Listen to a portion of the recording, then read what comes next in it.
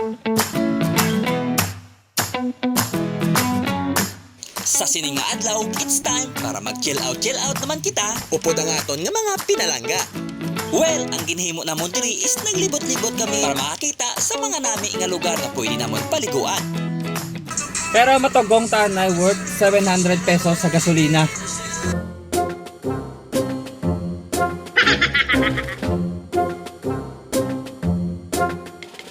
After gasolina, all the way na kami sa amon nga kaladtuan.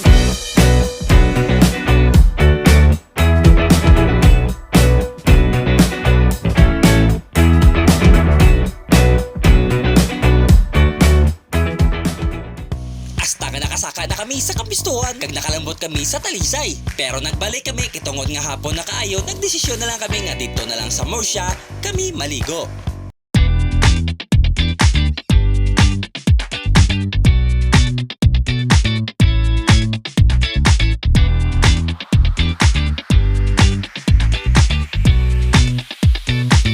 Medyo malawig ang amon nga biyahe.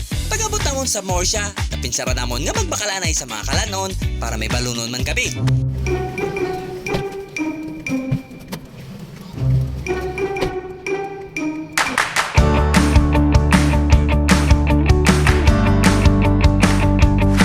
Kag sa wakas, nakaabot gin man kami diri.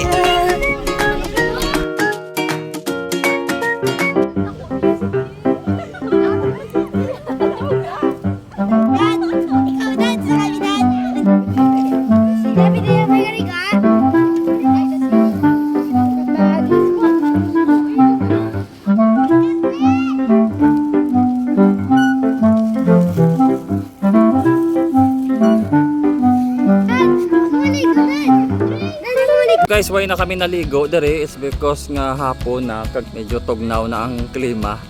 So ang apat na lang ang naligo nga mga kids para maka-enjoy sila. Dugay-dugay magsirom-sirom naman gid amo na pagpuli namon.